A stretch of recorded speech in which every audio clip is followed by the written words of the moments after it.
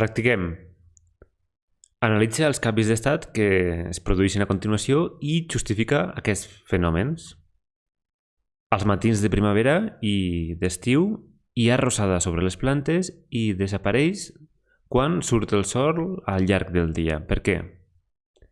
La boira es forma a les zones properes als rius, als pantans i, sobretot, a l'hivern. Per què? A l'hivern s'entelen els vidres del cotxe. Per evitar-ho, obrim una miqueta la finestra. Justifica-ho. Quan ens dutxem, també passa el mateix. S'entela el mirall del bany o qualsevol superfície del bany.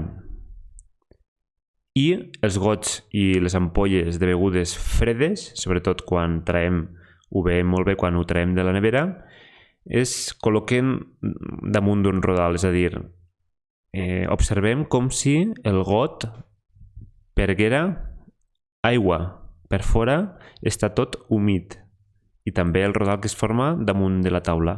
Per què? Parem el vídeo. Bé, si ja ho teniu, la qüestió A, la rosada desapareix degut a l'evaporació. La boira, que hi ha sobretot al damunt dels rius i pantans, llocs humits, es forma degut a l'evaporació d'aquesta aigua i posterior condensació del vapor que ha pujat, formant aquesta suspensió d'aigua líquida en l'ambient, en l'aire. Per què s'entelen els vidres de l'interior del cotxe? Doncs perquè dins del cotxe hi ha humitat, vapor d'aigua i en tocar una superfície freda, com és el vidre, ja que a l'exterior, al carrer, la temperatura és inferior, per tant, la superfície del vidre, tant exterior com interior, és baixa. I quan la humitat de dins del cotxe toca el vidre, doncs es produeix la condensació. Si obrim la finestra, la humitat que hi ha a l'interior del cotxe doncs s'equilibra amb la humitat exterior i aquestes gotetes que hi havia en el vidre, que ja està en estat líquid, al obrir la finestra es ventila i, per tant, afavoreix l'evaporació.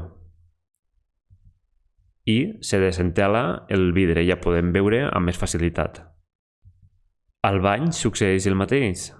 Hi ha molt de vapor en l'ambient quan ens dutxem, per exemple, i en tocar una superfície més freda es condensa. I al got succeeix el mateix. Quan traiem una beguda molt freda de la nevera, per exemple, la superfície de fora del got també estarà freda. I nosaltres estem rodejats d'un ambient que conté una certa humitat, vapor d'aigua. I quan aquest vapor d'aigua toca la superfície freda, doncs condensa. Tot i que a nosaltres pugui parèixer que el got està perdent líquid, però no, el que està fent és que la humitat que tenim al nostre voltant, en tocar la superfície del got, condensa.